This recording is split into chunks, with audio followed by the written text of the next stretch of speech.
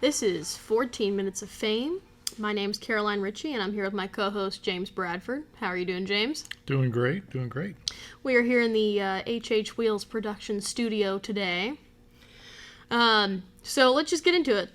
How was your weekend, James?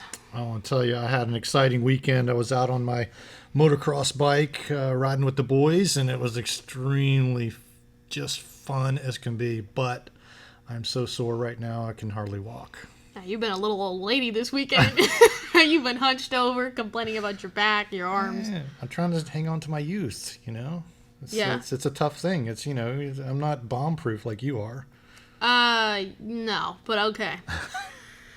Well, my weekend was pretty great, too. I spent half of the weekend with you, too. We went up to Atlanta this weekend to drop off nothing really that cool, unfortunately. But we went to drop off a car up in Atlanta and made a special trip to Summit, finally. Yes, you got to visit Summit The racing. coveted trip or place we've been trying to go the many times we've been to Atlanta the last couple months. And, you know, it's either been closed due to, you know, everything that's going on in the world, or it was usually too late in the night. Mm-hmm. It was definitely a lot of fun, for sure. We got some really funny content out of that, too. Well, it's really me introducing you to Summit Racing. I've been there 100 times, and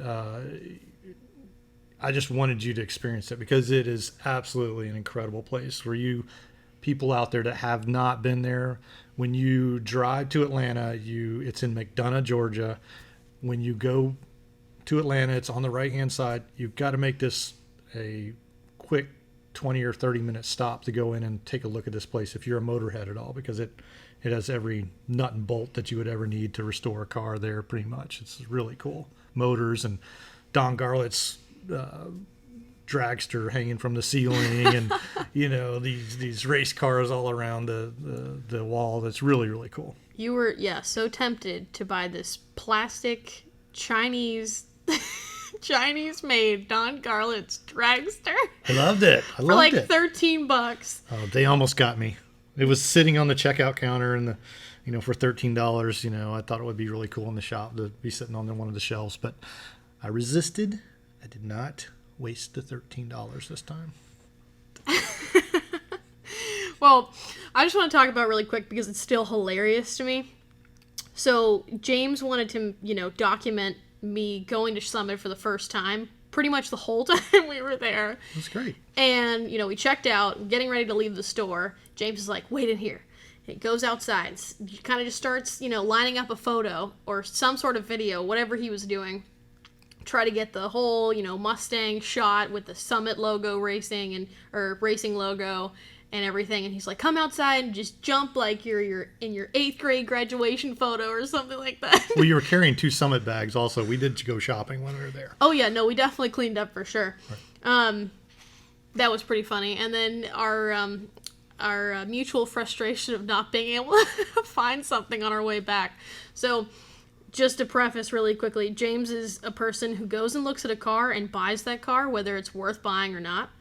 You can't even disagree. Every single car I feel like you've gone and looked at, for you, or at least everyone that I've, been with you with, you have bought. Yeah, my decision is pretty much made once I go to look at it. So that I'm guilty. But we went to Atlanta for a buddy of mine to drop off a car, and we had an empty trailer coming home. And typically when we are cruising the internet for a vehicle or something cool to look at, we come across a lot of good deals. Well, there's also just like in that spot of Georgia, from above Pooler to pretty much Atlanta, there's usually cool stuff. Yeah. And we have no motivation to go get it because it's 3 hours or 4 hours or 2 hours. We're just at the point of just being too lazy. So you're like, oh, we know we're going to find something. We have to find something. We have an empty trailer. And we're here in Atlanta.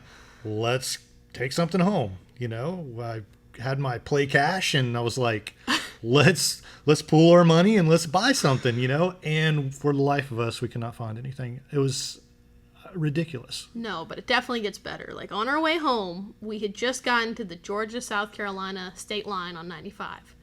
And everything pops up on Facebook Marketplace. Of All course these it did. cool things. And Of it course it did. always plays out like that, for sure. Yeah. So it was just meant to be to come home with an empty trailer because we have too many projects here at the studio anyway. So that was just meant to be. Yeah. That's the way I chalk it up. We have a lot of stuff to get done, for sure. Let's get into talking about the one thing we have gotten done. The one project we have actually, attempted to finish. We're not all the way through yet, but we're getting there. Our new RotWheels installment. Yeah, So RotWheels, let me just clarify it for everybody. RotWheels is a show that is being produced by HHWheels Productions. HHWheels is, our YouTube channel. And we wanted to have a show dedicated to us giving life to junk, basically. We come across these cars that people think are just garbage. Yeah. A lot of the people we have around us value cars, or good cars, nice cars, you could say, to a higher level than we do. If it's got 4 wheels, it's not totally rusted out, we'll drive it. They don't always have wheels. No. It could just be a body, but if it has potential, we are interested if it's a good deal.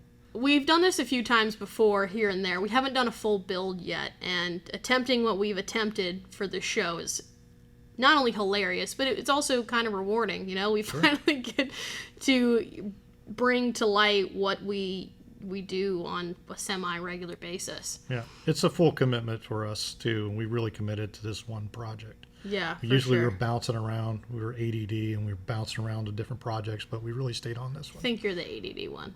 Yeah, I'll agree. I have no quarrels with that. I'll agree with you. Yeah, you love to get into stuff and finish it a few years later. Anyway, totally off topic. So, giving out a few details about what's going on, we picked up a 1971 Roadrunner. And to preface all of this was not our goal or intentions whatsoever with this car originally. Like, whatsoever. No, I thought it would be a full restoration for me. It's one of my dream cars to own, and I wanted to save a car. RotWheels, that's what we are. That's what we do here. The show is based around saving a car that is very close to being too far gone. And this car was a shell when we got it, and I knew it. I did not do enough research on not knowing some of the parts and that are just not available. Some of the parts that are not made for this car, some of the parts that are just proprietary for that year car. I didn't do a lot of research on that. I just said, I want that car, and let's go get it, and it happened. We went and got it. You were available. We went to Supercross too, which is really cool. That was a great trip.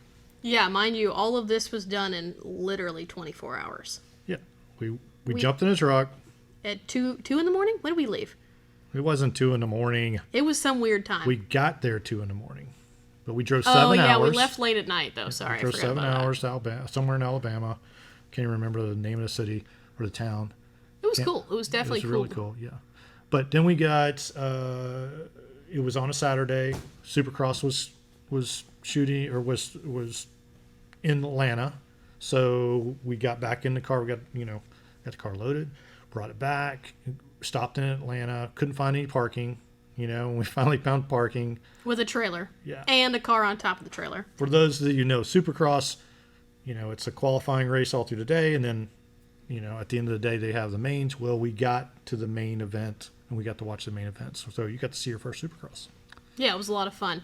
This all took place back in February, by the way, given, all of the constraints we're facing currently. It was right before. Yes. It was right before, yeah. It was a lot of fun, definitely. Going to the Mercedes-Benz Stadium was super cool. And we also had a super cool guy hooking us up in the parking lot. Oh, yeah. He loved the car. he loved the car. I gave him an extra $20 to watch it. Didn't you think it was like a Monte Carlo or something? Yeah, he didn't know what it was, but he loved it, and he was all about it. So I said, hey, man, here's $20. Can you just keep an eye out? And he's like, absolutely. And sure enough, it was all there sitting by itself, and, he waved at us when we left, and actually we got home, We got out of Atlanta so quickly, I don't know how, like the middle of Atlanta. We hauled butt out of that stadium, Mercedes-Benz Stadium, got to our truck, and got on the road within 30 minutes. And that never happens. Like, we missed the crowd. Like, that's how that went down. Yeah, that was definitely crazy for sure. But I think you were going to talk about... May I ask you a serious question? Do I really want to be asked this question? No, we'll save that for another day. Okay. Wise idea. All right. All right, getting you back on topic finally. We did want to kind of talk about our list cars today too. It's just a fun topic because we've had that question brought up before. If nobody's familiar with what a list car is every car person, enthusiast, junkie, whatever you want to call, yourself, gearhead, has a list of cars that they desire to have at some point in their life, or just want to have in general. They just hope to collect. Doesn't have to be a rare car or anything like that as well. What are a couple on your list? Well, the first one that comes to mind is a 1996 GTS, a Viper GTS. And that would be like the pinnacle car for me. I mean, I think it's American muscle. It's a super car. It has air conditioning. It's just, when you sit in it, it's like sitting in a fighter jet. If I make it to that point, they're still obtainable right now. I just haven't made the commitment to actually go and get one. But hopefully, in the next few years, I hope maybe I can make some money and be able to afford one of those. But that particular car would be that's going to be the end of the rainbow for me. That car. 67 GTO hard top, 2-door hard top. I love that car. It was a car that I'd like to have in my possession and restore one of those. And then a 70 Challenger, that'd be like my top three. 70 Challenger, I think, is a big block car would be the way to go. So really a couple Mopars in there, and couple. And then you got your GM product, your GTO. So I mean, I'm pretty much Mopar and and GM. So and then how about your list? Do you have a list? I do have a list. For sure. My list is kind of weird because it's kind of, cracked up to what I really want, and then something I just, think is super cool. A car that I know I for sure want, first and foremost, is a 1969 Ford Fairlane or Torino GT. I used to have one, but God, I miss that car so much. Soft shell crab. It was so rusty to the point of where I'm glad I got rid of it because it probably would have hurt me. Let me explain to our audience that I am not scared of fixing rust, cutting it out, repairing it, any of that. But when you have to put 4x4s under a car to lift it up on a lift so it doesn't fold in half, I'd say that's pretty far gone. And this is what Caroline was driving around back and forth to work. My daily driver for a whole year. I mean, I gotta say, I was pretty fortunate. It was super cool. When I finally started caring about you, I said, this car has got to go. Dude, you gave me so many jumps in that car. I said, no way you are driving this car anymore. This is so unsafe. So we just, you finally sold it. Thank God. And you know what? I know where a few of those cars are in the desert, so that are rust free, that are going to be really awesome builds for somebody. And I will keep that in mind when next time I'm out west. Yeah, you definitely rummaging through the yards. You saved my tail many times in that car. Well, unfortunately, we're not going to get to the rest of my list cars today. No, I think we should hit two more. We're in good time. We got time. All right. Give me two more. Well, one you actually currently own, which is a 68 Charger. I kind of prefer the 69 just a little more. Taillights are a little cooler in my opinion, but they're both pretty cool. I love both those cars. They're good, and then good choice. One that I know I probably won't ever have, knock on wood, anything's possible, but an early 70s, I don't have a specific year, of a Porsche 911 Carrera. They're just super slick. Air-cooled. Yes. I already have an air-cooled car, so, No, you got it. Starting from the bottom, maybe I'll work my way up. Well, yeah, I think Volkswagen and Porsche have a history together. She drives like a dirty Porsche.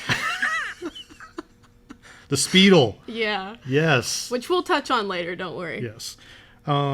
Well, shoot, I guess we're pretty much out of time. Yep, today. Okay. All right, so out of time. We have some sponsors that we need to thank. We do. We have Fuel Clothing. We have the Bike Doctor of Hilton Head, Yay. RebelsNavy, Landspeed Automotive, and Dorsey Tree Service. Thank you for being wonderful sponsors. I also want you guys to go ahead and check out RotWheels' first episode. It's a part 1 of our first episode on Sunday, May 10th of 2020. We're also going to have one extra special podcast on Saturday evening coming out as well. We're going to have a special guest who will not be named. So go ahead and check that out. And subscribe to our HHWheels YouTube channel, please. We need subscribers, and if you could, please, if you watch this video, just subscribe for us. It definitely helps us out, and if you guys like our videos, make sure you send us some notes. Yeah, definitely leave a like and leave a comment as well if you want to see something else in the show. Do we have an email? We do have an email. Could you mention our email so people could email us with comments? Yes. All right, go. I don't have an email. I thought we had an email. Well, we have an email, but not a 14 minutes of fame email yet. Okay, well, we'll work on that You for can next pod. snail mail it to us. Thank you.